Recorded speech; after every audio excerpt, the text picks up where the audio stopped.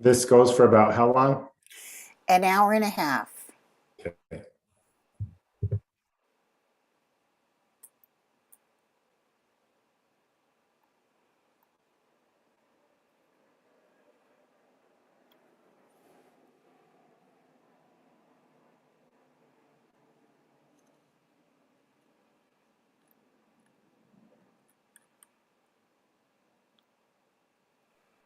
Okay. Okay. Sorry, Deb, I had to step away. That was my other boss.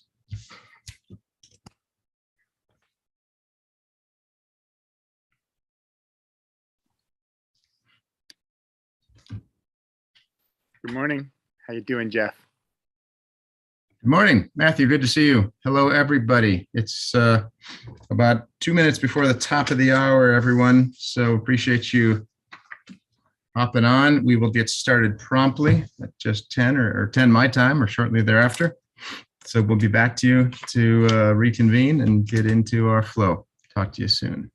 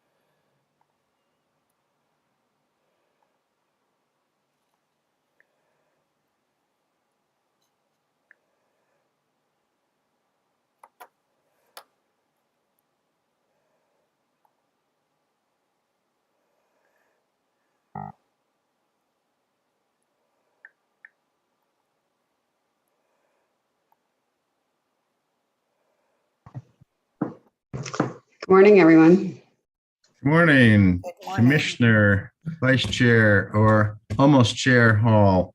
Right. Nice to see you. Nice Yeah. to see you. Thanks for being back with us. Yeah, ladies and gentlemen, it's top of the hour right now. Give us like 1 more minute as folks are connecting in and the numbers are heading upward. And we will start as close to prompt as possible to affirm all of you for being here on time. Be right back to you in a minute.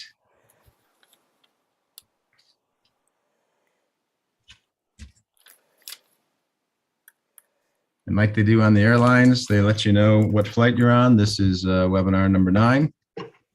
This is Grid Modernization, the New Mexico Public Regulatory Commission. And today we're going to talk about advanced metering as a bridge toward grid modernization. So hopefully that's what you were coming for. Appreciate you being here.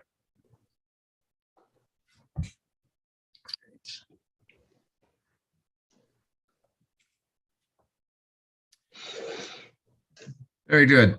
Ladies and gentlemen, welcome back. This is Jeff Ackerman speaking to you as part of the GridWorks organization. We'll introduce ourselves as an organization back to you, but hopefully you're familiar with us by now and the niche we play in regarding the services you've been part of trying to facilitate challenging conversations in the space of clean energy. And that's the heart of what this has been all about. As mentioned just a second ago, we're back in our sequence of grid modernization work on behalf of the New Mexico Public Regulatory Commission. I think, Deb, we can put some of those initial slides up too, I think, on that. And I have my colleagues with me, Deb Shields and Matthew Tisdale and Amanda Orman, I think audio only, who is in transit. But we're here to support you and your stakeholder engagement today. Miguel, I need to be host to share my screen, please. Thanks. Take just a moment with that. I made you host. Let's see. Good. Technical issues always are what guide our lives here. It's a metaphor for modernizing the grid. I had done it about like a minute and a half ago. Okay. Stand by, everyone. Let me try again.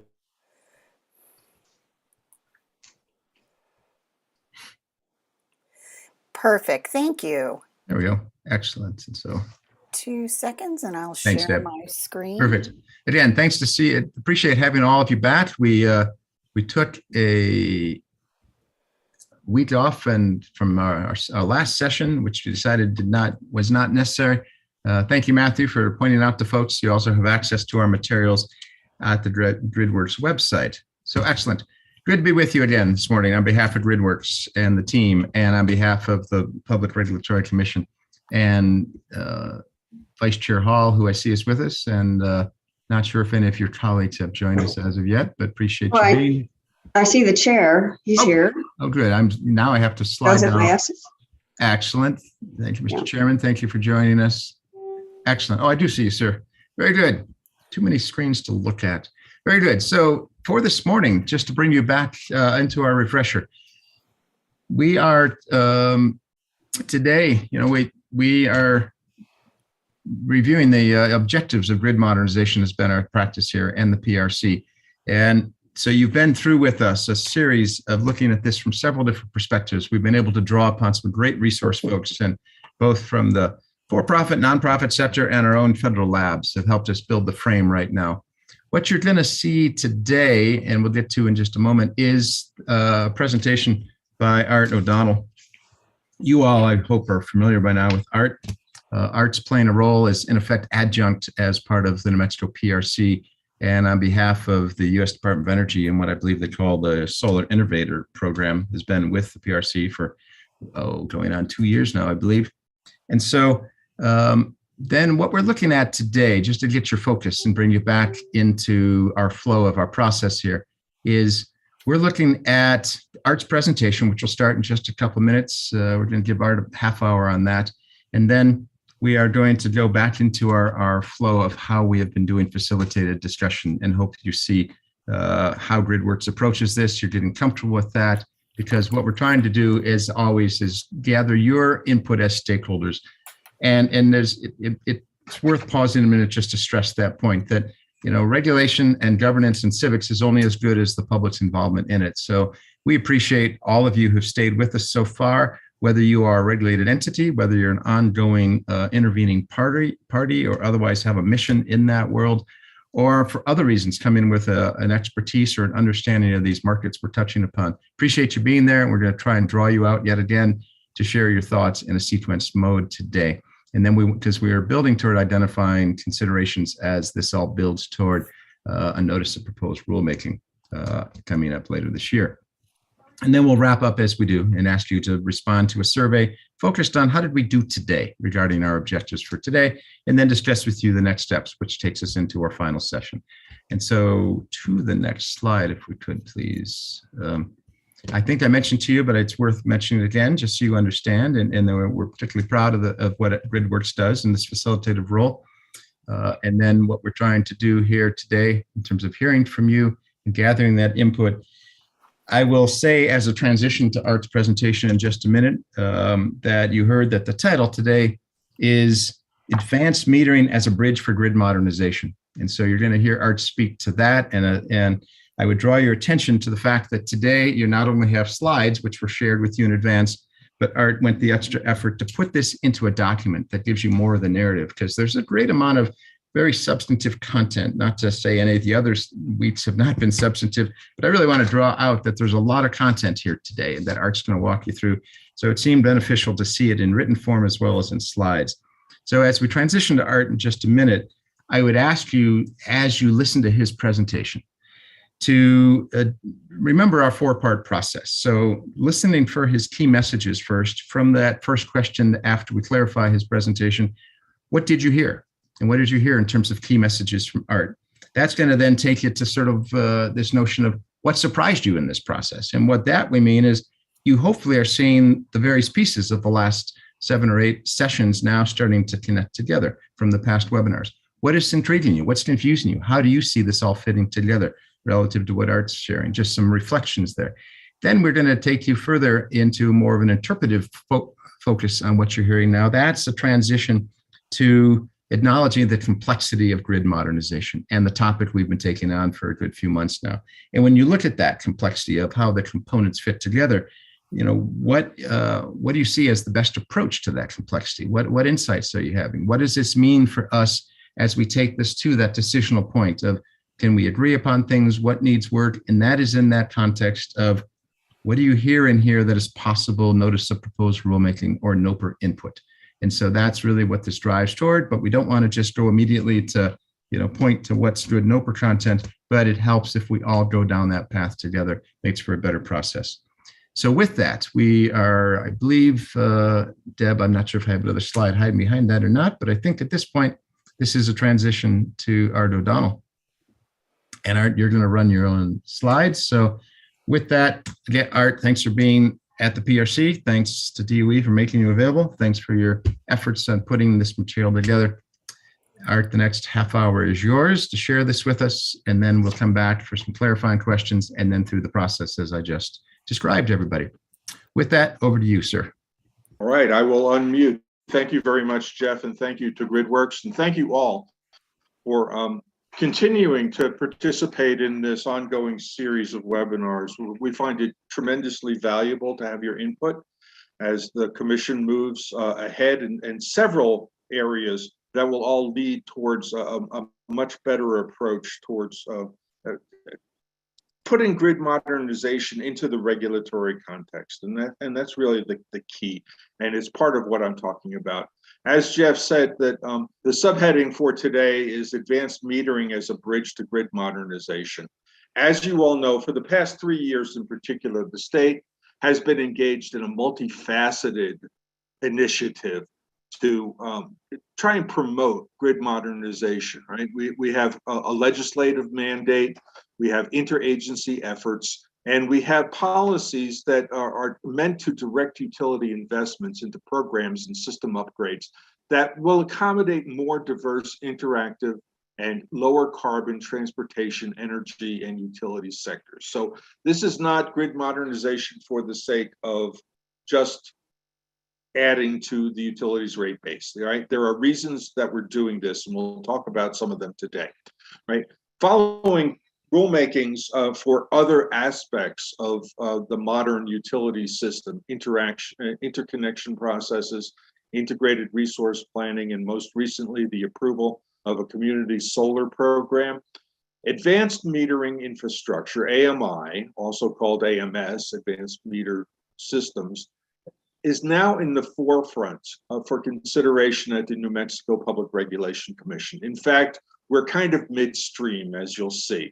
AMI is considered a foundational element of grid modernization, but to date, approval of New Mexico utility proposals has been iffy at best, subject to fits and starts, with particular difficulties justifying the cost-benefit analysis and potential ratepayer impacts. And that's going to be a core of what we talk about today. Resolving an acceptable approach to evaluating AMI projects in the regulatory context may provide a framework for dealing with other grid modernization project proposals. Throughout this presentation, you're going to hear echoes from previous webinar discussions, most especially from Jim Ogle's overview of AMI from March 17th, and John Chanot's discussion of benefit cost analysis on June 2nd. So if you want to refresh yourself to those materials, they are available on the GridWorks website. It ought to be clear by now that an effective AMI system is an enabler of grid modernization initiatives, providing insight into energy consumption for more effective load forecasting and distribution planning and investment decisions, as well as serving as the basis for new rate options, including time of use rates. I will provide a disclaimer at this time. The presentation and opinions expressed by me do not represent any official policy statements of the New Mexico Public Regulation Commission. I do provide advisory support to the PRC for several of the rulemakings that we mentioned, but I have not been involved in any of the past or active proceedings related to AMI applications. One of these cases is currently in formal process, as I'll mention later on. So please recognize that any comments or descriptions of the issues in that case should not be interpreted as an indication of how the commission may decide on the application, and certainly not a recommendation to the commission at this point for that case. All right, what we'll be covering today, basically the underpinnings of grid modernization, HB 233, the bill that was passed a couple of years ago, that directed the state to look into this and how it fits with the Public Regulation Commission's mandate. AMI status in New Mexico, past and current applications from the IOUs, making a new case for AMI and grid mod, bridging AMI to support the PRC's actions for grid modernization, and maybe just some thoughts on looking at grid modernization beyond AMI. Okay. Now, you all know that HB 233 recognized the need to bring New Mexico into the 21st century, but it stopped short of new requirements for utility planning or projects. Instead, the core of it was to require a roadmap report from the Energy, Minerals, and Natural Resources Department. And that roadmap was a stakeholder process in and of itself. I participated and I authored one of the chapters and co-authored one of the other chapters. But really, it defined AMI as a foundation for a smart grid, called it essential for modernization of the distribution grid in New Mexico. The roadmap recommended that all utilities in the state invest in the implementation of AMI and other smart grid technology with a full suite of capabilities, and that's really an important thing. This includes AMI smart meters for all consumers in the state, and as well as the advanced features and services that a smart grid can provide. And that's from the AMI white paper that was actually publicly made available in 2020. It was the first white paper in that. Now, in New Mexico, rural co-ops and some of the public power utilities have embraced AMI investments over the course of the past decade, and to a much further extent. In the white paper that accompanies this, I updated a table of information, but what it shows is that over a dozen rural co-ops have AMI systems covering approximately 82% of their total meters. That's 133,000 out of 160,000. Other public power entities are about 20%. The cities of Farmington and Gallup invested in automated meter reading systems for about 50,000 of their meters, but this is a limited system. It's not capable of the two-way communications or much data analysis, which is the other capabilities that we're talking about. To date, none of the investor-owned utilities has an AMI system. El Paso has converted most of its meters to AMR and has applied to the commission for approval of an advanced metering system, which is the one that is currently in play. There is a potential for almost 800,000 new AMI meters if all of the New Mexico IOUs convert to that system. To date, we've had several applications and a couple of initiatives meant to kind of put this into effect. The biggest was back in 2015, Public Service New Mexico requested about $120 million investment to use AMI throughout its system. However, that was rejected by the Public Regulation Commission in 2018. We'll get into the reasons why. Out of that came a secondary proposal, which was part of an energy efficiency application to use AMI as a pilot for getting information about energy efficiency. It was much more limited. It was $2.9 million and 5,000 meters. However, even the utility said that they did not recommend that for approval, and it was dropped from the plan in 2020. Much more recently, earlier this year, the PRC directed a request to PNM under the terms of the Grid Modernization Act to file an application. We'll go into some of the details of that. And we had already expected that application to come in, but PNM requested a deferral until it can bring a more comprehensive grid modernization program to the commission that would include AMI. And we're expecting that in October, right? PNM has had a couple of public discussion forums. We really don't know exactly where they're going with it, but it'll be interesting to see how they package this together. For Southwest Public Service, they had a proposal that would have put in AMI systems, but it was withdrawn by the utility, and very interesting circumstances around that. They were concerned about the ratepayer impacts of that. But the commission retorted with a direction for SBS to file a new application, and they gave them 4 months to do so. That was back in March. And so I have not heard anything from SBS, but given that schedule, we might expect a new application in early July. El Paso Electric, as I mentioned, has a live proceeding before the commission. It's a $40 million investment. There was a stipulation by most of the parties in the case back in April that kind of refined the edges of the proposal.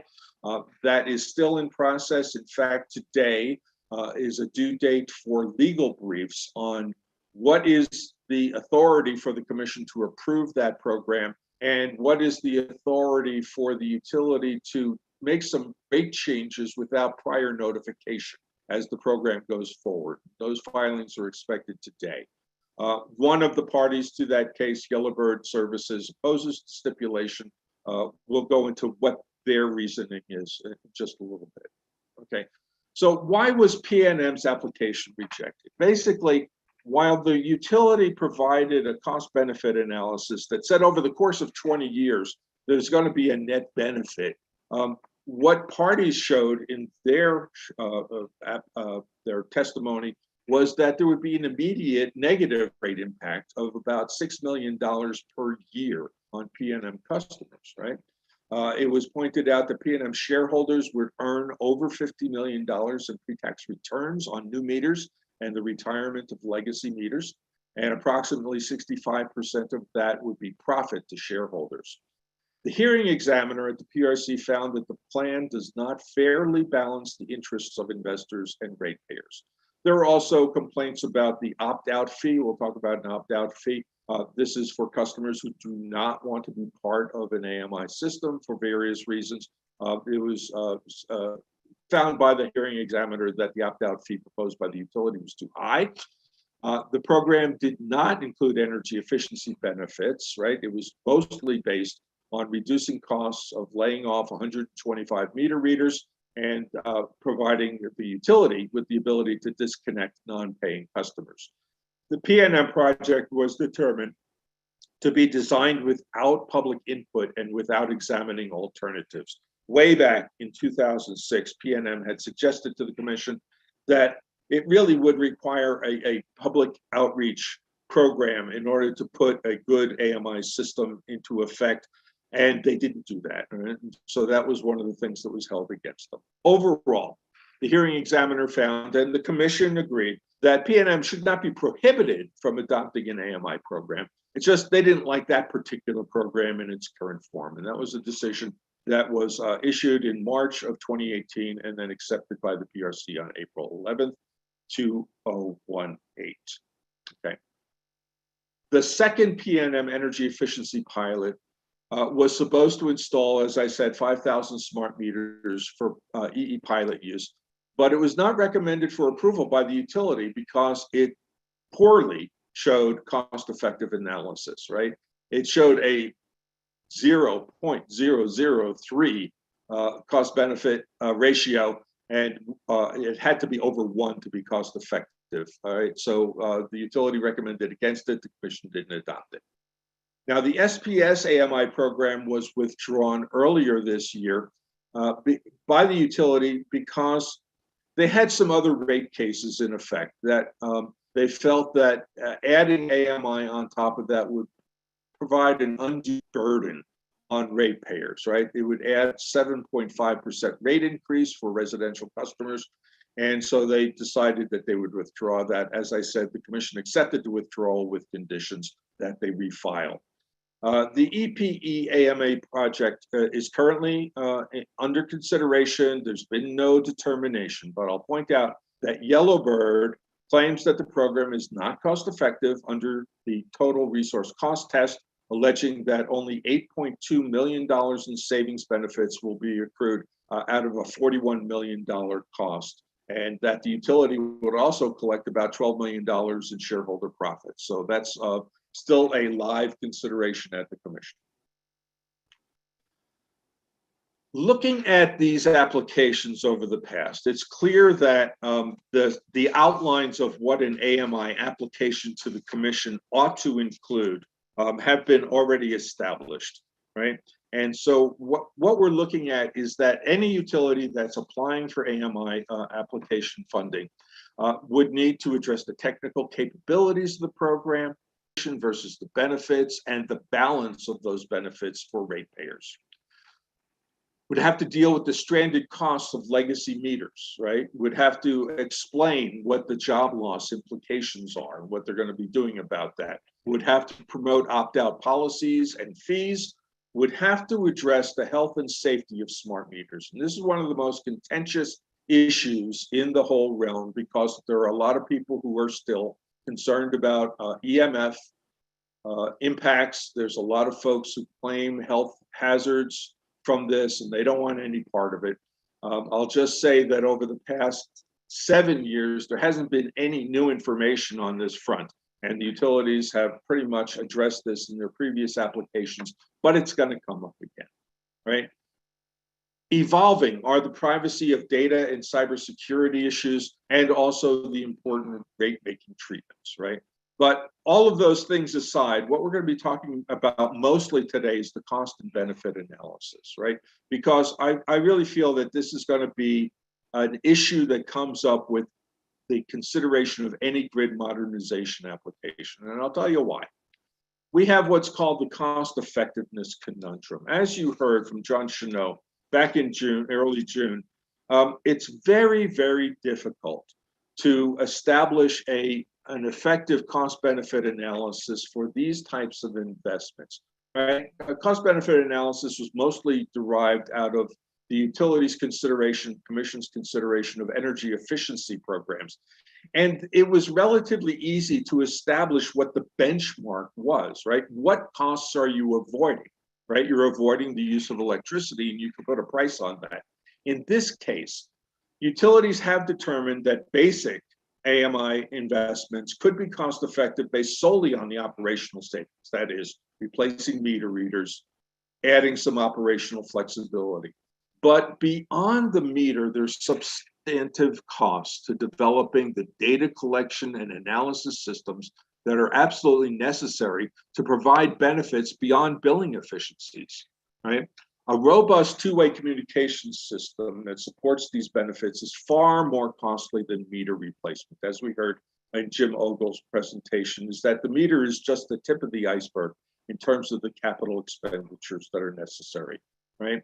It's also difficult to put monetary values on some of the future benefits of projecting energy efficiency savings, as we've seen from the PNM application, of improving visibility into distribution networks to reduce outages and improve restoration times, or even verifying the output of distributed energy resources, which is another benefit of AMI, right? The technology does not stand still.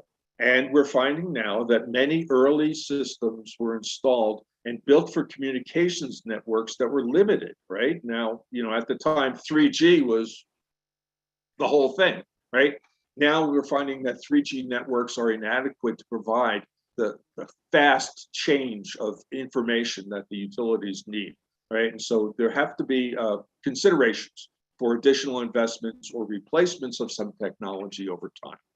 These issues may be endemic to evaluation of many grid modernization initiatives. So resolving for AMI may provide a bridge to decision-making. Okay.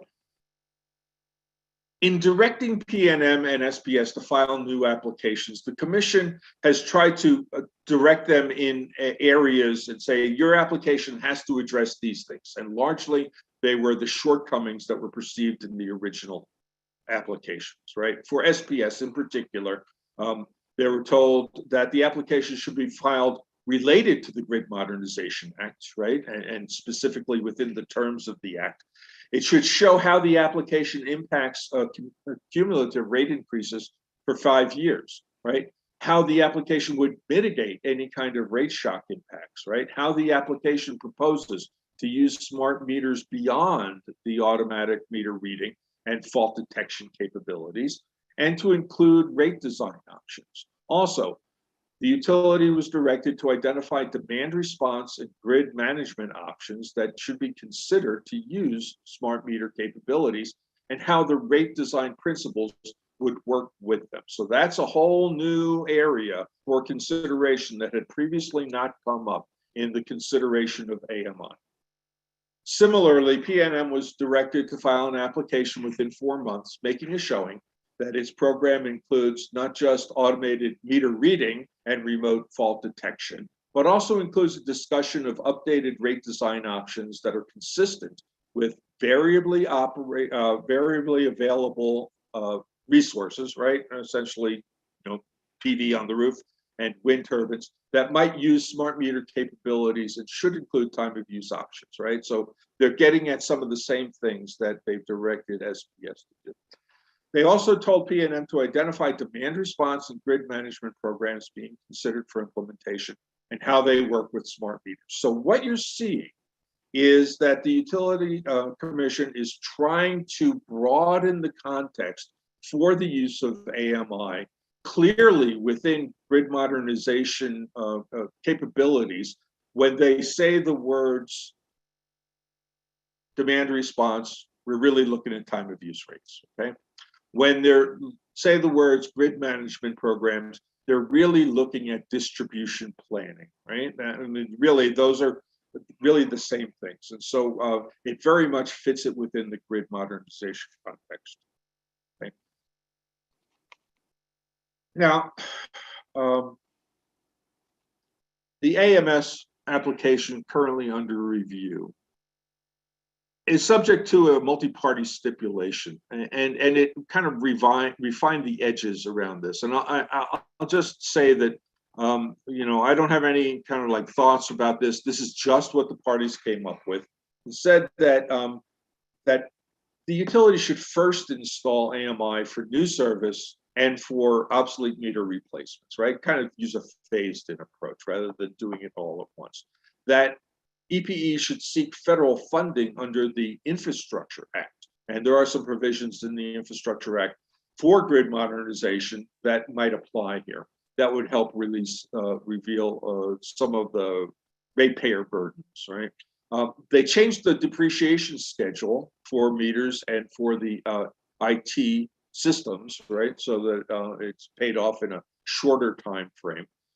That the utility should recover stranded costs of legacy meters over 10 years and get no rate of return on meters that are removed, right? So take them out of the equation, right? They lowered the opt-out fee schedule, right? EPA should file a proposal to allow customer authorized data sharing with third parties via the Green Button platform. That was an interesting idea that has been used by a lot of utilities around the country.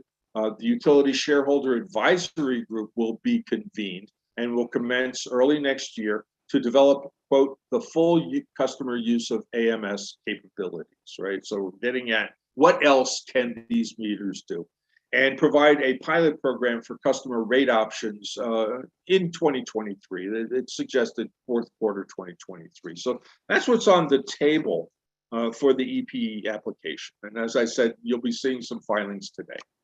Okay, so when we look at what should go into grid modernization application, previously, back in February, I had come up with several ideas, and the ones at the bottom really do pertain to AMI, right? All applications should, kind of like reconcile the potential possibilities, but in particular, the commission needs to determine how it's going to evaluate these projects. The application should promote a holistic approach rather than just one-off projects or siloed projects, right? There should be an effort to maximize the benefits from programs for ratepayers and communities and provide fair cost allocation and mediate any rate impacts, right? Because these are new investments, there's going to be rate impacts. Also, there should be a mechanism for measuring and evaluating the effectiveness of the programs, right? So just keep that in mind, is that those would be kind of generic recommendations for what should go into any kind of grid modernization proposal that, in my mind, makes sense, but have a particular application to this AMI. Okay. The PRC directives to PNM and SPS begin to address these matters, right? And the pending stipulation in the EPA case also brings in some of these aspects, right? Moving towards those goals. That addresses the what should go into these applications, but it doesn't represent a good answer to the how. We know that least cost requirements and traditional regulatory analysis, whether it's the utility cost test, the total resource cost test, or even a societal cost test, which you might consider a little bit broader because it takes into effect the climate change impacts of any proposal, they're just not effective for these types of investments, as we've discussed, right? Other jurisdictions are grappling with this issue. In fact, it's an issue all around the United States. And some of them have found ways to resolve it. In particular, we're going to be looking at the state of Hawaii. John Chenot recommended looking at Hawaii's approach, and I thought that was a good idea. And so in a presentation from the, it's three utilities. They're called HECO, the Hawaiian Electric Utility Companies, but they represent electric service on 3 of the Hawaiian islands. They provided a kind of a framework for what test or what qualitative analysis is best used for different kinds of investments, right? You can see it on the table here, is that if the application is meant towards providing safety compliance or meeting certain standards, right, is that a cost effectiveness test just doesn't really apply, right? And this also applies to transforming the physical infrastructure from analog to digital, right? And so what was recommended there is what's called the lowest reasonable cost, which is kind of a derivation of what is known as the least cost best fit analysis, right? It requires a showing that the utility has sharpened its pencil and is showing that this is going to be a good deal, but it doesn't require a quantification of all the benefits balanced against the costs, right? Similarly, if this is an application being proposed to comply with a policy that has already been adopted by the state or by the commission, that lowest reasonable cost test also should apply.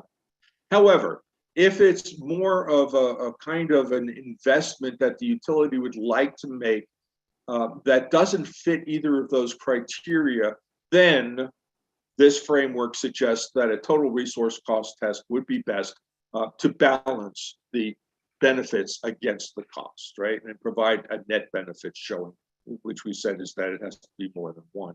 There are other kinds of investments, self-supporting projects. They use the example of a customer needing interconnection upgrades in order to connect to the system, and the customer would bear the costs of that. And so no cost-benefit analysis is necessary because it's not going to impact ratepayers. I will point out, however, that there is new thinking on cost causation policies, especially in the interconnection realm, that are under consideration here in New Mexico, being put into practice in New York and Massachusetts and a couple of other states. So just take this D under consideration because things are changing and the way of looking at it is changing. Okay, in Hawaii's analysis, the lowest reasonable cost is used to evaluate components of the core platform to comply either with a standard or to maintain safety. It also accounts for new functional requirements and risks that are associated with new technologies, AKA grid modernization, right? The lowest reasonable cost determination is the most practical approach to evaluating investments to build the core modern distribution grid. And that was a statement that was adopted by the Hawaiian Commission, right, in recognizing that this would be the way to go in the future.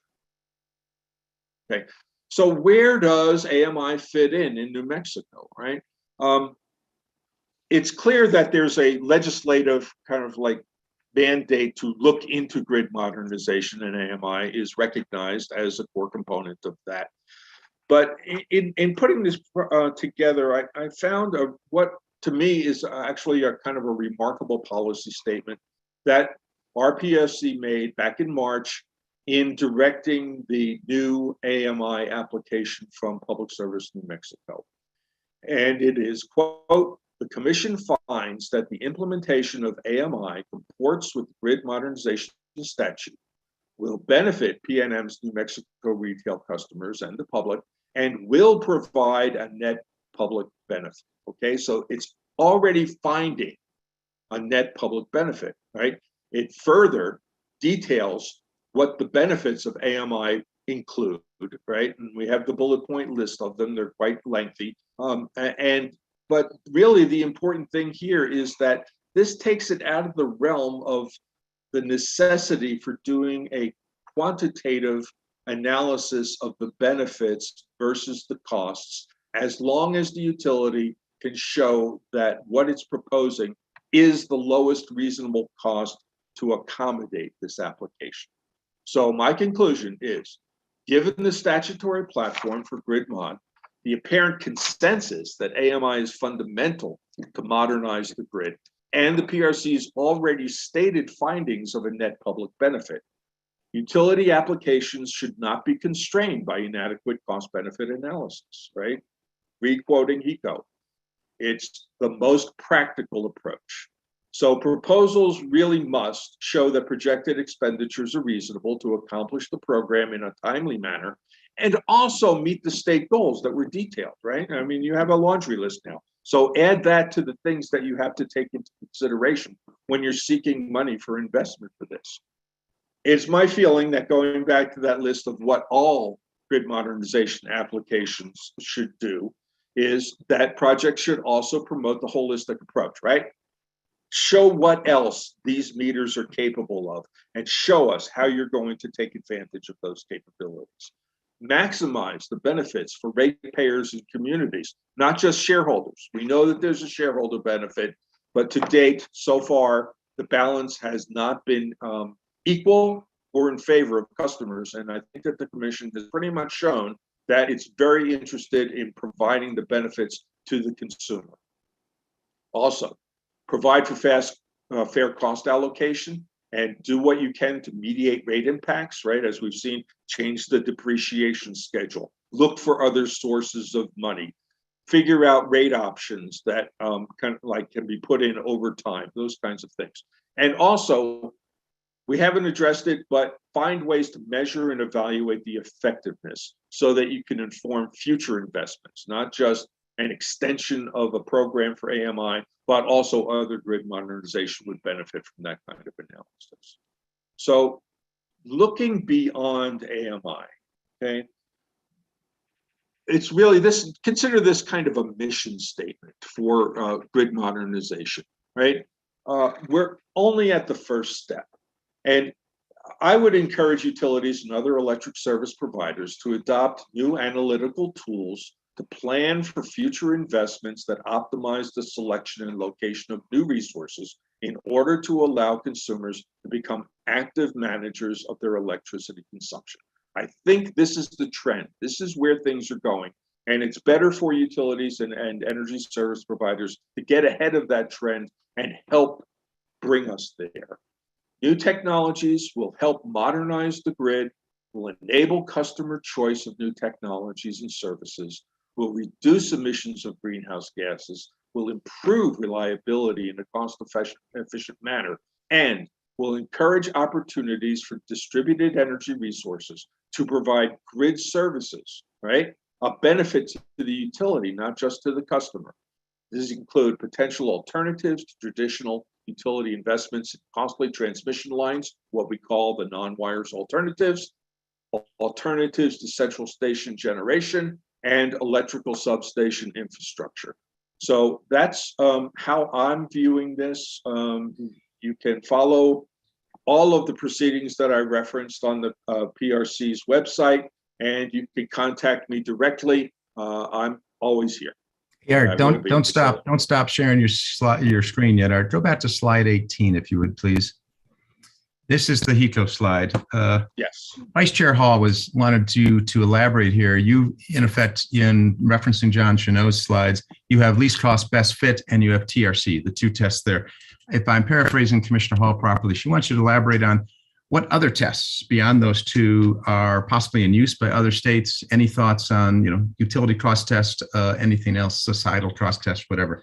Can you speak to that? Well, we know there are about a half a dozen different cost benefit analysis that can be used. As I mentioned, they were derived mostly in the energy efficiency realm. And all of them provide essentially an avoided cost, right? And can you do better than that avoided cost through this application, right? Energy efficiency often proves cost effective, right? But the other kinds of tests include the utility cost test, which is what is the cost of the utility? And that's really kind of outdated now because it has a single focus on the impacts on the utility, not on customers. You have a participant cost test, and that's used in energy efficiency because a lot of energy efficiency upgrades, like buying a new refrigerator or putting in windows, incur a cost to the consumer. And so the consumer needs to see a benefit that's over and above the cost of making those improvements. And the way that utilities and commissions kind of adjust that figure, that bottom line, is by providing subsidies, right? You can get a rebate on your refrigerator or your appliance that uses electricity, right? So that helps that. But that doesn't have anything to do with what we're talking about now.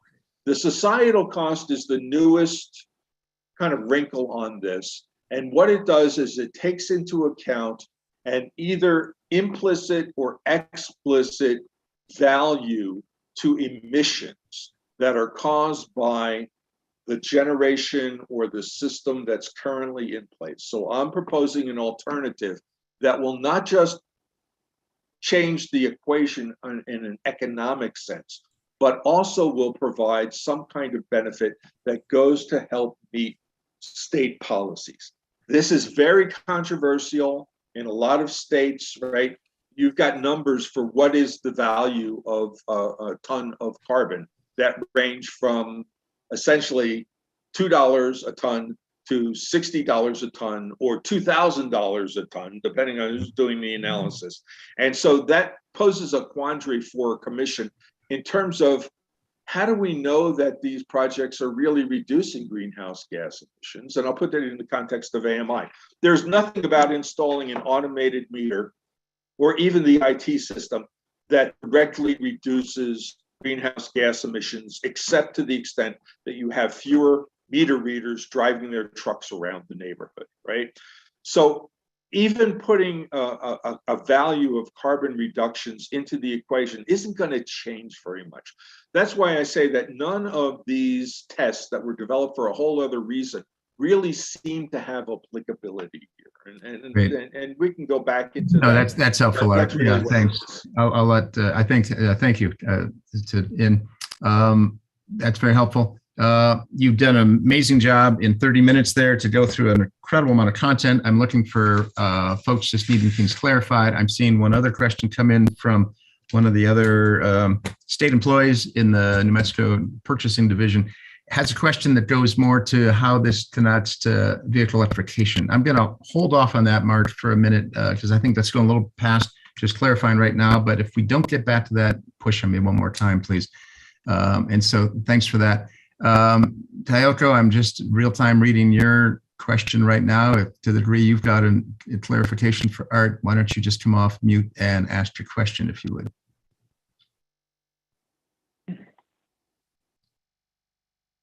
This is great summary, Arthur. Thank you for just giving us the big picture so quickly. I'm just wondering if this is really fitting into an existing capability that utilities have, or is this like a new venture that requires patience and time and money that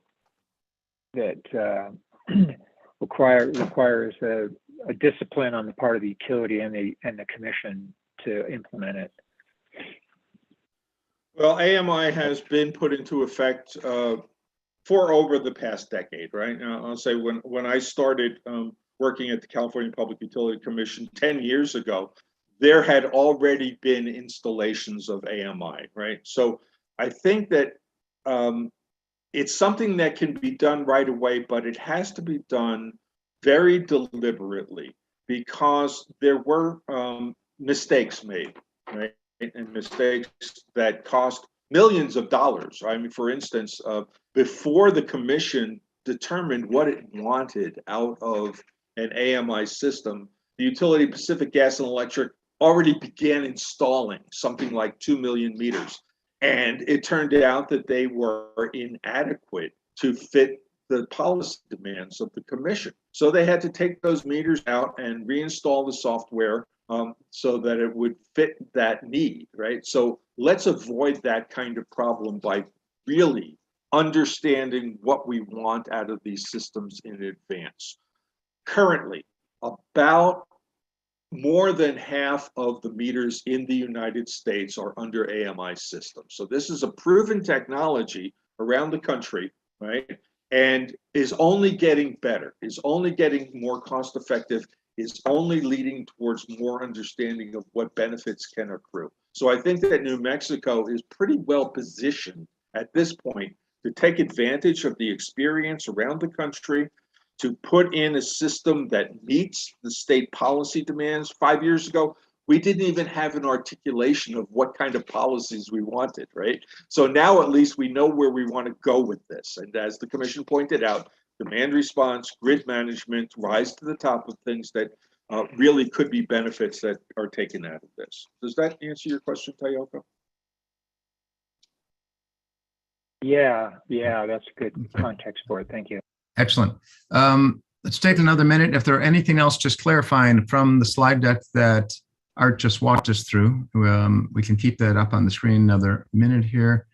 Thank you. I'm looking at your question now, Howard.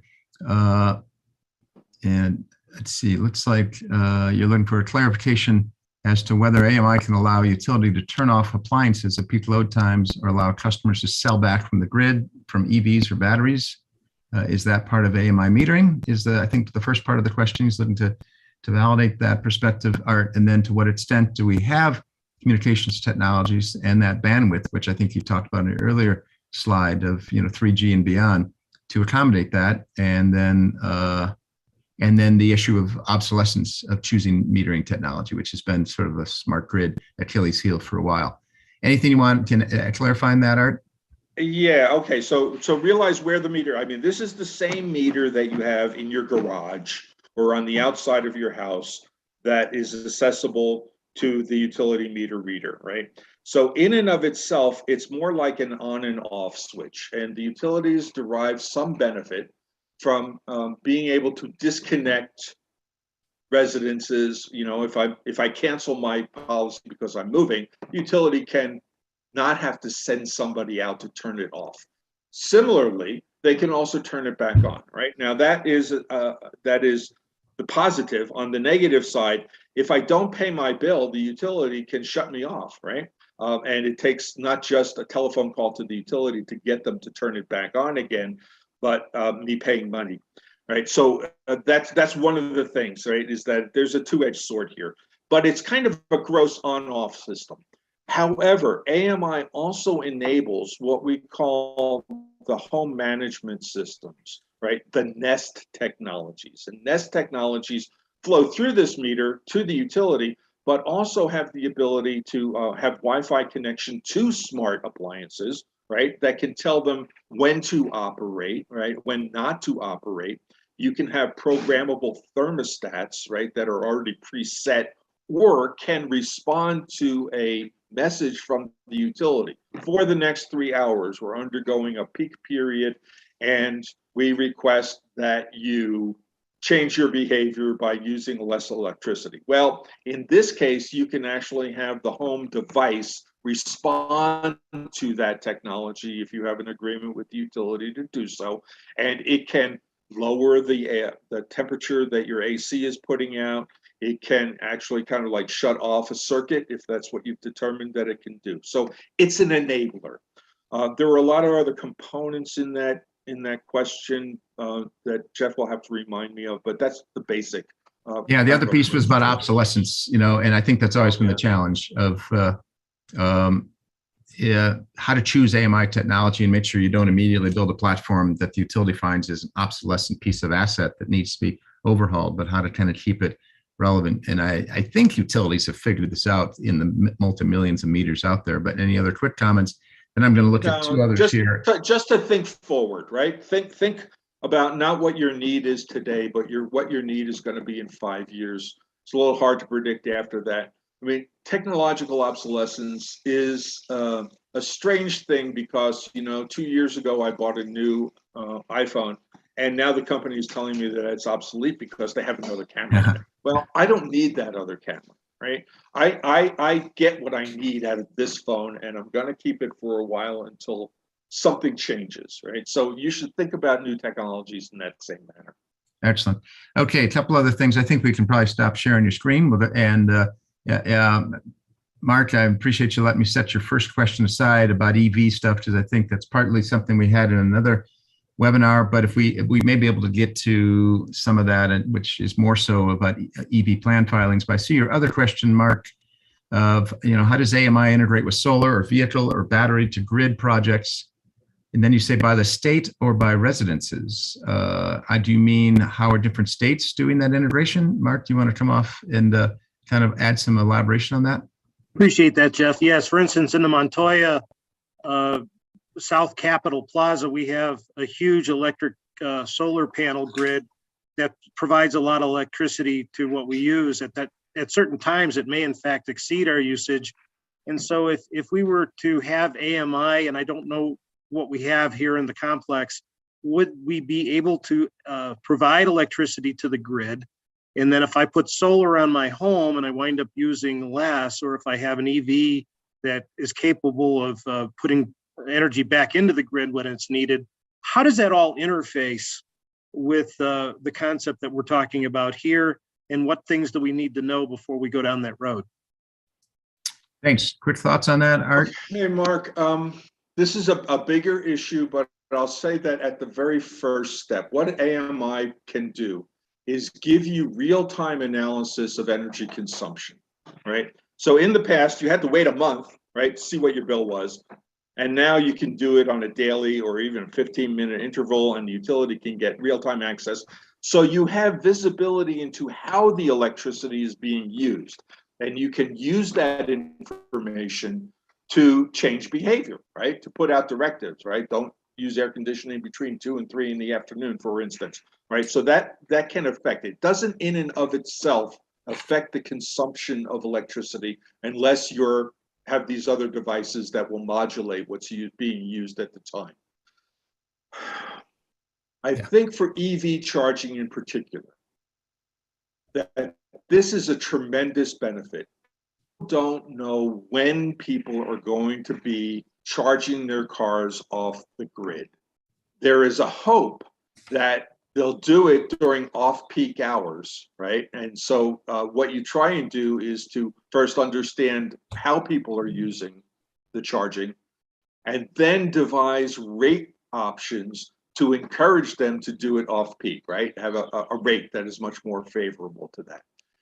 You could extend that to any other kind of energy management system. And, I think that over the past 25 years, energy management systems in all kinds of office buildings and technology applications have advanced tremendously because of the availability of this real-time energy analysis. So that's about as far as I understand it. Maybe somebody else. That helps, Art. Appreciate that.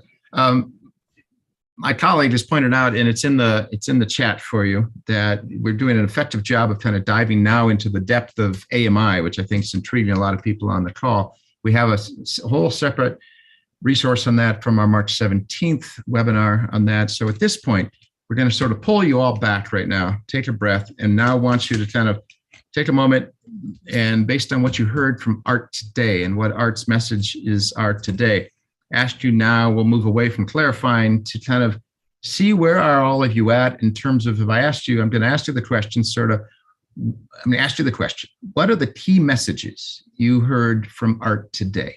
Just as a way to see what are we hearing today? Any immediate responses to that? This is to that first part of just grounding ourselves. What did you hear as Art's key messages? 1, 2, or 3 key messages or more? Any reactions to that from anyone, please?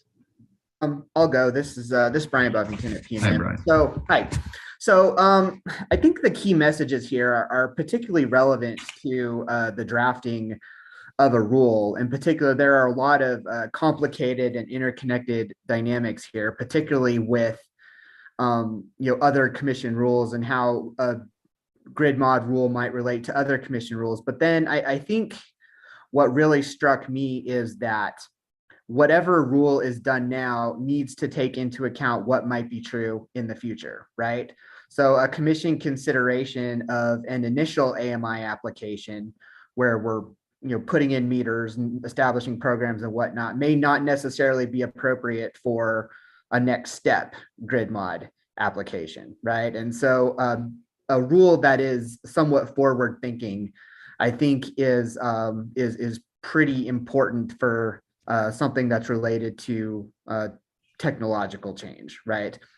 And then I think one other thing that became clear to me when discussing the different AMI cases, particularly ours and then EPEs and SPSs, is that all of the three, particularly the 3 IOUs, do have some different considerations, right? They have different customer bases, they have different openness, I think, to accepting AMI and different degrees of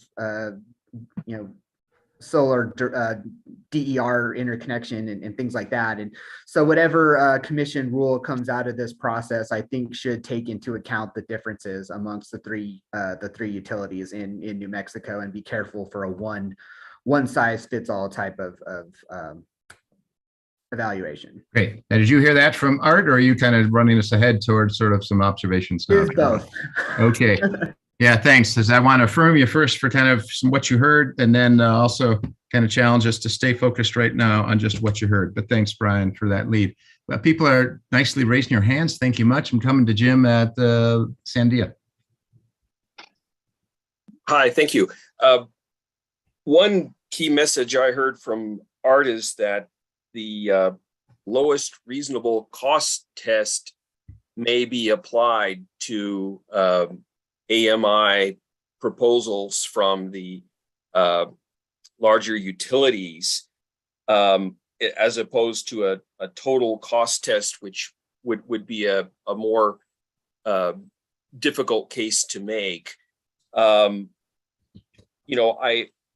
It sounded like that. Art was quoting what Hawaii is using. It's unclear to me, though, that whether the PRC actually intends to use that or whether that's a proposal. Yeah, thanks. And it's a nice point. I'm glad you heard that. And I think we don't need to dive in. But at this point, what you're hearing is Art, through his disclaimer, giving you his observations. So you picked up on one of his observations, I think, as to he's saying, based on what our previous presenter, John Chenot, showed, and what Art's saying is you can learn a lot from the Hawaii electric approach of where least cost best fit works and where total resource cost fit works. So it's standing there as a concept. Thanks for picking that up. Jim, over at RIA, you're up, sir. Yes, thank you very much. And thank you for the great presentation. Just a couple of takeaways that I had is that AMI can help to assist with future integration of DERs into the grid, and that's something that's of great interest to our organization. And then another point that Arthur made, and I couldn't agree more, is that there's always going to be new technologies, and we can't let that stop us from integrating technologies that are available today, especially when those benefits are demonstrable. Thank you. Great. Thanks, Jim. You folks are doing great. I think it's Art, your messages came through well. Hey, Matthew, over at El Paso, you're up, sir.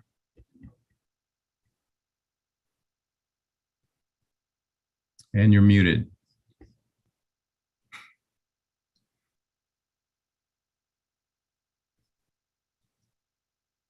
Uh-oh.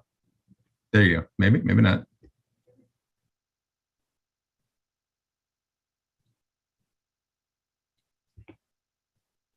Okay, folks, I appreciate you staying with us. Yeah, we'll give you another second to connect in. Then, folks, and we're going to ask you to kind of transition in a second, if we hear Matthew, to then any surprises, any things that kind of caught you for the first time based on the series we've been through as to how this is all starting to connect.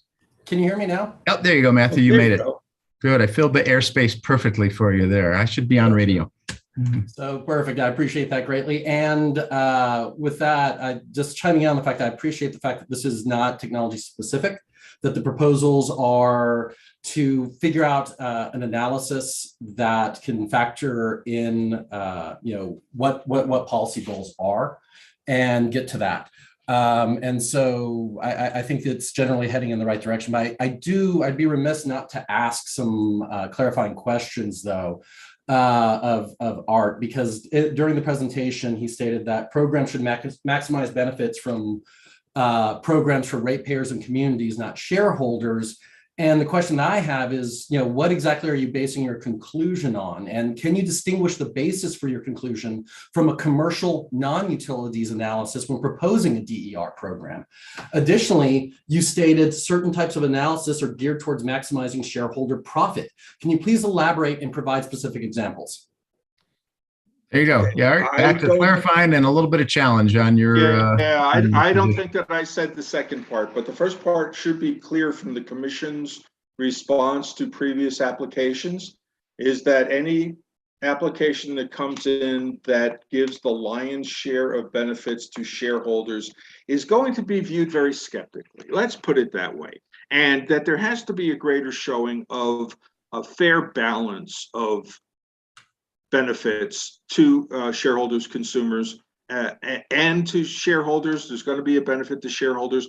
What I see from the previous applications is that shareholders seem to capture a huge chunk of the tax savings, right, that happens from changing out technologies.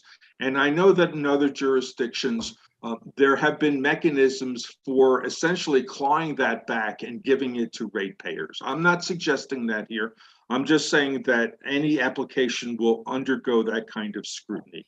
Now, I don't have a cost benefit analysis test that seems to maximize shareholder benefits. I did reference the utility cost test and criticized it in that it is one-dimensional. It is only looking at how the utility is perceiving whatever change in technology is being, or whatever policy is being put into place. And I just don't think that that has an application here. So that's really where I'm coming from. But what I wanted to find out is, what is the difference there? Are we going to apply the same analysis to DER with the presumption from a non-utility commercial entity that does still have to meet shareholder obligations? Are we going to apply that same type of analysis and ensure that that DER is not benefiting its shareholders?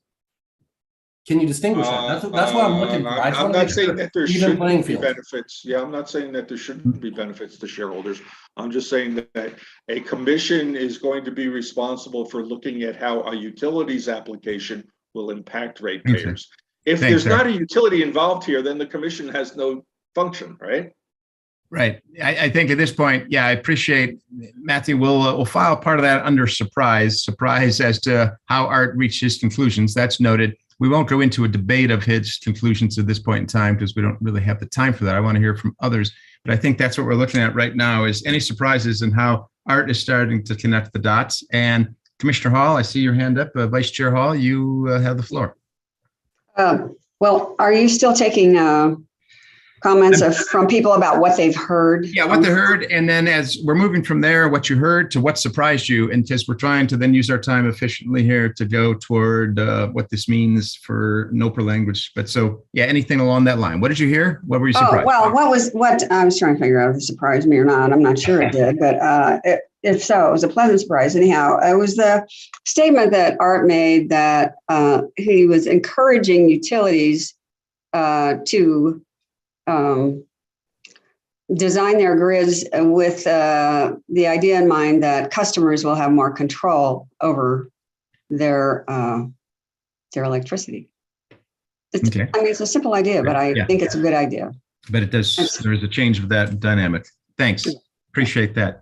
Yeah. So everyone, so you're hearing where this conversation is going. You're seeing we're at a place in this overall process from February to today where you're starting to see pieces get connected. And then that can both excite folks, possibly agitate folks, make people wonder, how did we get there? Anything else you heard from Art's key messages and the foundation of those key messages from his, and this is admittedly Art's point of view, as he said in his disclaimer, to what does this mean from now, how insights into how the components of what we've been talking about for the past several months of grid modernization applies here to Art's presentation today and to this notion of AMI as a bridge toward grid modernization. Anything else that you want to raise for the benefit of everyone hearing today as other points to bring to people's front of mind? Because where we're going to go with this is both to Art's slides and, as I mentioned earlier, the document, which is also very helpful as to, you know, what are the takeaways? And we're not quite there yet to get to takeaways. I want to make sure everyone's had a chance to just react to what you heard. What were the key messages? Anything there that you weren't expecting, and any surprises from that? And then I want to take you into, from there, does this seem like the path to start putting the connections together? So feel free to raise your hand to jump in. Thank you, Jim. I see you've added something in chat about, yeah, basically allowing customers to actually manage the electricity is very important. I think responding to Vice Chair Hall's comment. Mike D'Antonio over at Excel, thanks for raising your hand. You're up. Yeah, good morning, everyone. Yeah, I guess well, I was trying to think of the comment that was made earlier. One of the surprises, and I'm sorry, I lost my train of thought here. I was going with another head in the phone call here. Let me get back with you. I'm sorry. Let me do That's that. fine. Okay. Folks. When you come back, Mike, can you give us any update on what to expect from SPS in terms of an AMI application? Oh, there's yeah, and I think you jumped onto a call right there too, but hopefully we'll have to remind him about that. Ladies and gentlemen, then, so you're at this point of key messages from Art that are in his slides, what you heard people see as key takeaways. Looking at that of sort of surprises, some people kind of surprised by where he got to those conclusions or how he got there. And how the analysis got him to make the statements that he made in conclusions and insights. From there, ladies and gentlemen, we're now talking about Art is seeing a particular path to start connecting the dots of, you know, if you can't do it all at once, you do a piece at a time. Okay, Matthew, back to you, sir. What do you see in terms of reactions and insights about connecting the pieces here? One other thing that I liked from Art's write-up was the holistic approach. And the thing that I'm trying to wrap my head around is that we have different mechanisms for approval of projects. And when you take a holistic approach, you're going to have these different projects that are subjected to different standards, may or may not get passed through. So how do you, when as a utility proposing a holistic approach, ensure that all the pieces of the puzzle get approved in one, in one go? It's for instance, if I'm looking at a customer, a large scale customer, it's easy for me to come up with a holistic approach because I know, looking at that customer, one approval, one idea, done. I package that, I take that to the commission, one idea, one package, done. But when you're looking at DER, EE, all these things that are part of this distribution network, I think trying to get, and I fully agree that holistic approach is the right way. It's just figuring out how do you get that consistency, and that's it. No, it's great. Thank you, Matthew. Appreciate that. And I'm hearing in that too, that this is the new world of the complexity. Everything's moving at once and you have to sort of start somewhere, recognizing everything still keeps moving. Mike, glad to see you back. Your thoughts, and then Art had a question back to you. We'll get 2 seconds. Yeah, so the thought was, again, it's along the lines of what Matthew just said, more of a holistic approach. I know AMI, kind of the entree into grid mod, but we also, and you can, from our filing, the FLIZR and the communication system, FAN system that we have proposed are really important features in order to optimize the AMI. So just want to stress that it's a group of or a system, I should say, of equipment that's really required to make the AMI effective for both customers and companies. And then Art, on your question, I know we're working on the filing for July, but I don't have any details on that at this time. Great. Thanks, Mike. Our colleague at GridWorks, Margie, in the chat has just noted too, and I think it relates in part, at least I'm drawing an observation to what Matthew was sharing a minute ago, of the complexity in drawing people's attention to what we're talking about here also fits into the Advanced Inverter Working Group. And because there, we're also dealing with communication protocols, interoperability, and then how AMI protocols already in place in both New Mexico and neighboring states, because many times you can't just, you can no longer work in isolation in these conversations either. Thank you, Margie. Other thoughts, folks, as to, you heard what Art set forth as an idea of how these pieces start to fit together, the focus on AMI as a bridge. Back to Jim at Sandia, and then I'm going to be pulling on some of you I haven't heard from yet next. Hi, thank you. I guess one topic that was touched upon was the time of use rates. It wasn't really emphasized. Clearly having the advanced metering infrastructure would allow for mandatory or, maybe opt-out implementation of time of use rates. And, clearly thinking about how the system is going to look with lots and lots of solar on it, there is a strong case that could be made that having a time of use rate would really help you deal with that and incentivize customers to use power when it's plentiful or even in excess. I'm wondering how much a mandatory or opt-out time of use rate is something that folks are considering in conjunction with this advanced metering infrastructure. Thanks, Jim. Yeah, I think one of the points to capture there is the new complexity from a regulatory point of view of how you file all these things in synchronization. Goes to even to Mark's question that I did not get to earlier of vehicle electrification is going to be happening there too. As that happens, that also begs rate design changes, filings of new equipment. How do you keep all that sort of synchronized at a regulatory form? How to have regulators, as they do in various states, sort of be much more assertive in saying, this is the sequence of filings we need. How are these pieces going to fit together? So I'm just kind of paraphrasing. I'm trying not to put words in your mouth, but thank you for that. So I appreciate that point there. I want to also, I'd lost my own other train of thought by speaking to your train of thought there. Sorry about that. At this point too, I think what we're looking at here is I want to know of everyone who's on the call today, if that's now hovering at just about shy of 40 people, what I'd like to hear from, and I can't tell immediately in scanning through, who out there feels like you represent directly or indirectly the voice of the consumers or the voice of the open market of folks who aren't normally in the regulatory space. We've heard from folks in some parts of government asking some discrete questions. We've heard from some of the utilities, which we greatly appreciate, heard from Commissioner Hall. I'm looking for that other voice. What are you hearing out there? If you represent consumers, you represent non-regulated developers, product and service offers, what does this mean to you?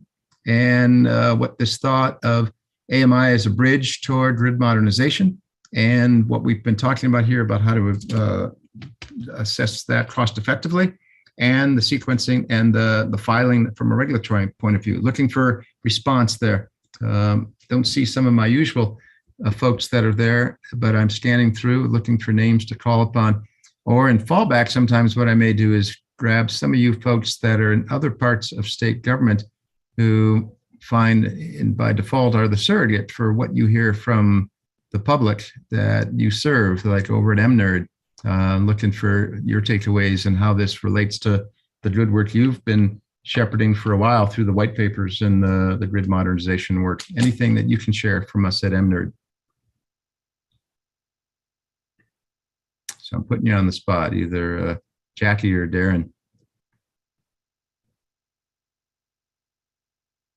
Hey, Darren, I see you coming off mute.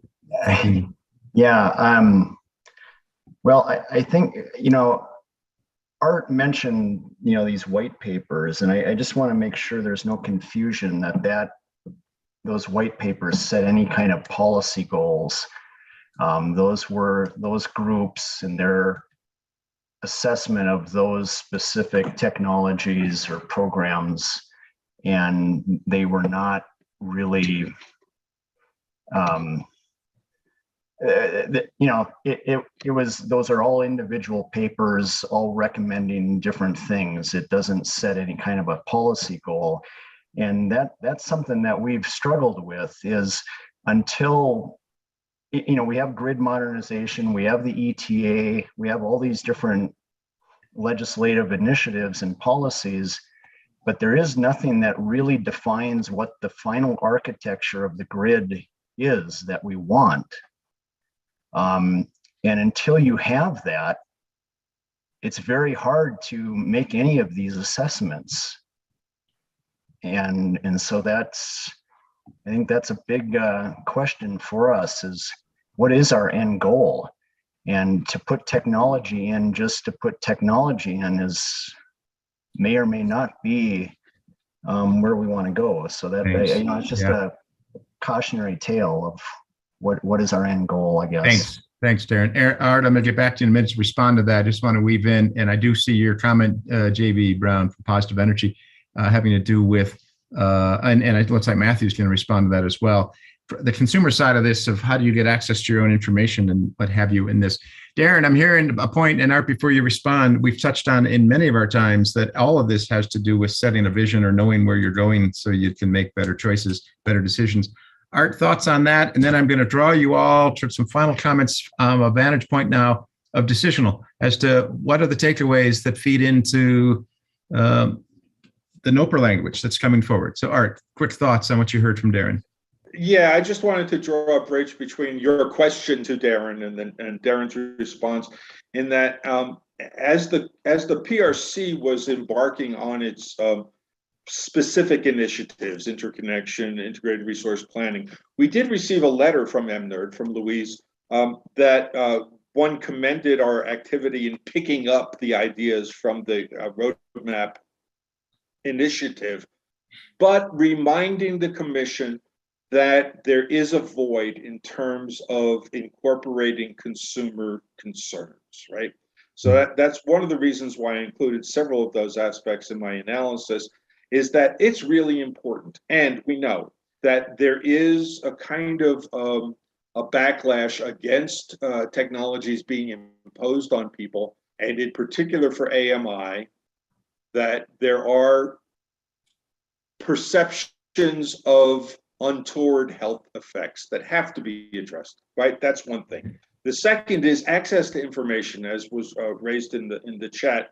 And that's a really important component of the overall capabilities, and how you, one, provide that information to the consumer and also to third-party providers that the consumer may be contracting with, these nest providers or energy management systems for commercial operations, right? Those are really important things. And I'm at least pleased to see that the stipulation in the EPE case begins to address that stuff. Great, thanks.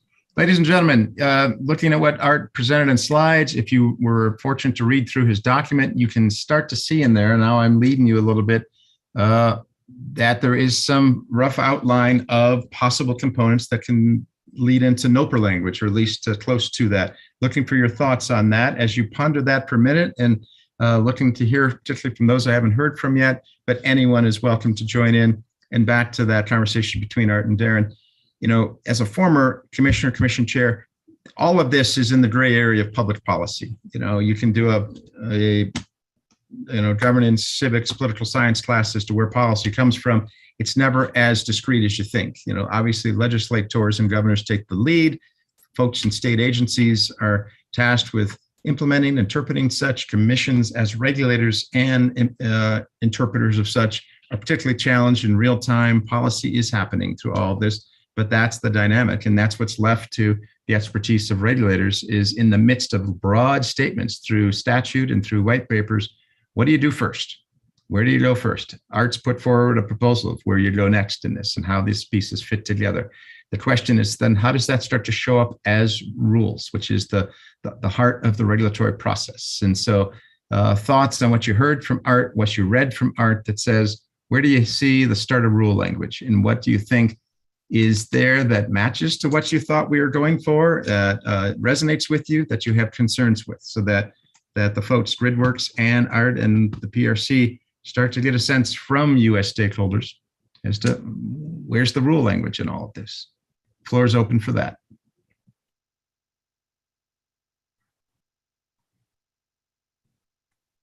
I'll go. This Brian at PNM. Thanks, Brian. I think one of the things that became pretty clear, regarding rule language in Art's presentation, and then all of the previous workshops we've had on this subject, is that there is a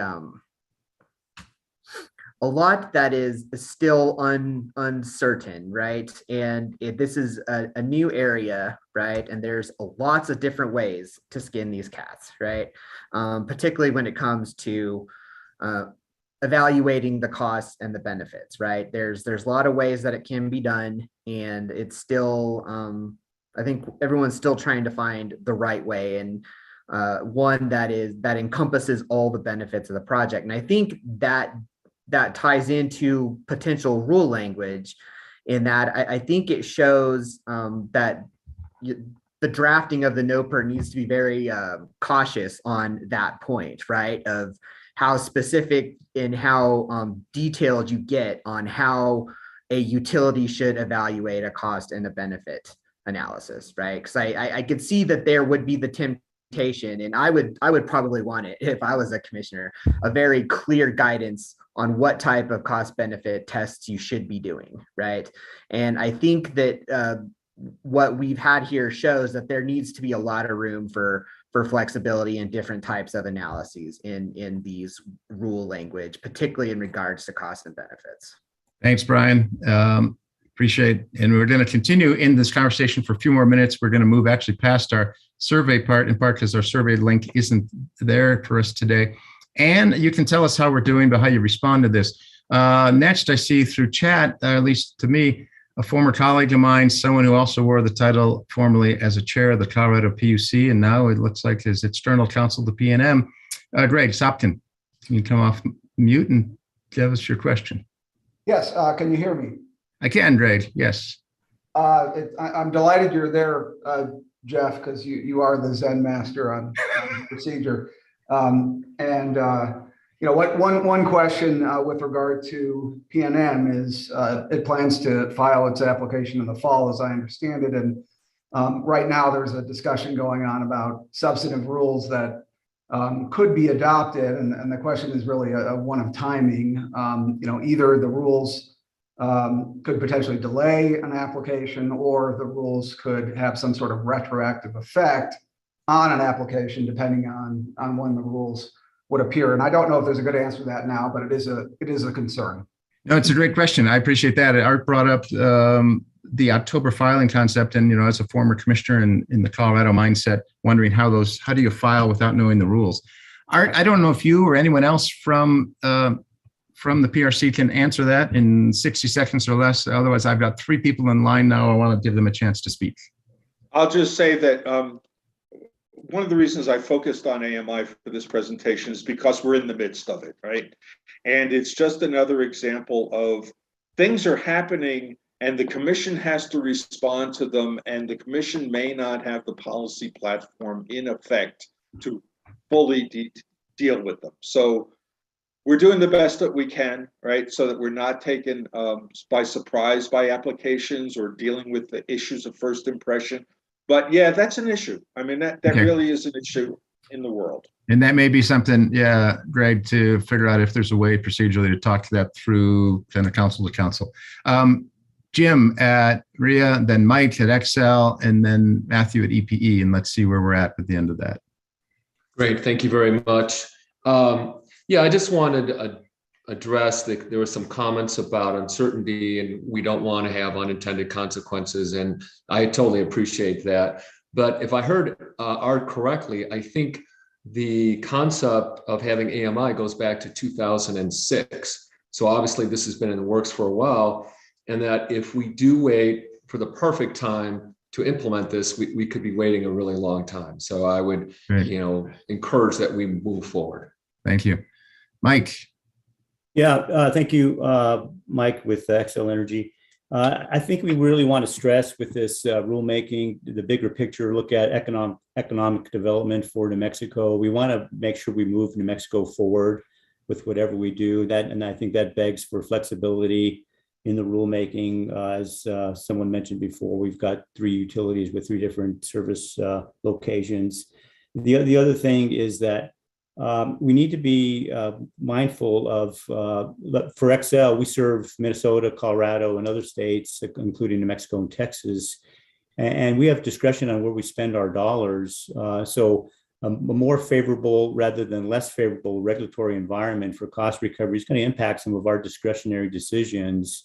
And I guess it would for El Paso as well, serving 2 jurisdictions. So we need to be mindful of that. And so the like beauty is in the eye of the beholder. So is the fair cost recovery is in the eye of the beholder. And so we need to keep those kinds of flexibility issues in mind for moving New Mexico forward as companies will look to New Mexico to locate here high tech if we have good policies. Thank you.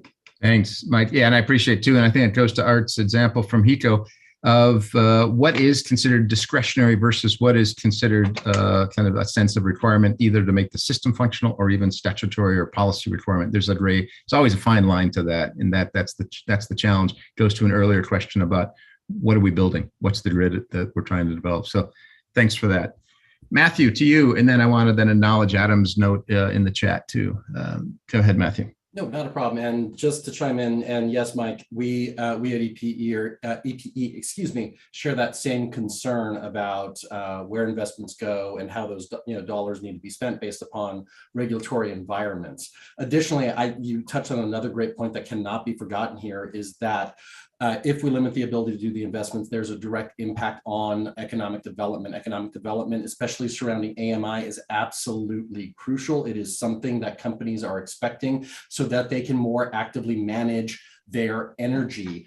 And so, and that ties into EVs and going across the bridge. I won't bother with this group. Everybody knows this. So moving on though to the point that I really wanted to raise, which is one, we also have to look at fair cost allocations as we move forward with this too, because that the rule needs to clearly address that issue, because there is going to be cost to the system, whether that's from requirements in certain analyses to distribution upgrades that need to be fairly allocated. And if you don't do that, that then ties into the earlier point that Mike and I had chimed in on.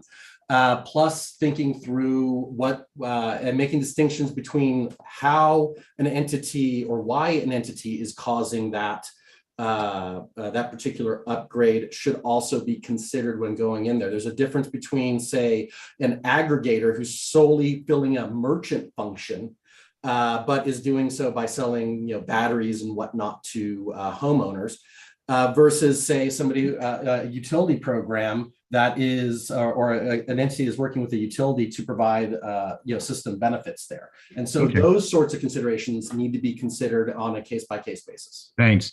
I brought all of you, Deb, you give me the last slide if we could, please. I brought all of you to the end of our time, if not a minute or two beyond. Appreciate the chat and the side that's continuing to have us focus on kind of understanding how consumers interact with AMI.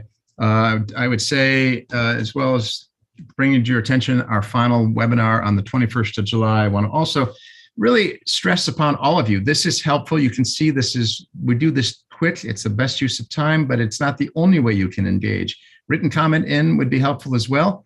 And want to encourage you all, as you saw, that we are talking in Art's presentation is covering several key points. What should a filing look like? What should be required in it? How often should it happen? How should it be evaluated? What are the criteria to use for that? These are all the critical building pieces now to kind of wrap this up. And so, yeah, with that, again, we thank you very much for being here today. We encourage you to be here on the 21st with us for that one final time. You can see where we're going. We're trying to draw this all together. Your input is critical, and to others that you can draw into this as well. With that, thanks for your time. Thanks for letting me draw you a few minutes past our closing time, and we'll see you again in a few weeks. Thank you.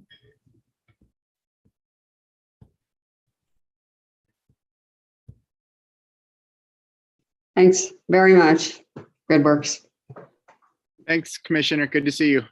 It's great to see you guys. Hi, Margie. Way to go, Arthur. Very nice. Well, thank you, Commissioner. Let's just make sure the recording is stopped before we have a conversation of. Yeah. This is all praise. All praise. Right. Yeah. Thanks, Commissioner. Yeah. Last Our question. Gridworks group's going to chat a few minutes. So thanks everyone else for your being there and now departing. Miguel, if you're on the line, I think this would be a good time to stop the YouTube live stream. Yes, I just reminded him again. Okay. I'm gonna Two stop it now. outliers. Hold on. Two other folks to sign off. That have probably moved on to other things Yeah. and left their computer on. If all else fails, someone who's a host can knock them off now. I will. So It's so I powerful. do it now. It doesn't offer the stop on the top anymore, but I can go to the YouTube channel and stop it. Thank you. So Oh, excellent. here, manage videos. There we I'll go. confirm with you guys.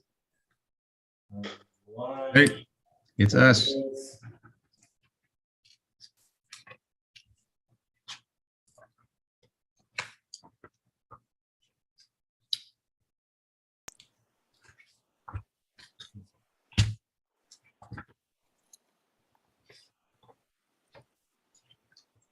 Can Art or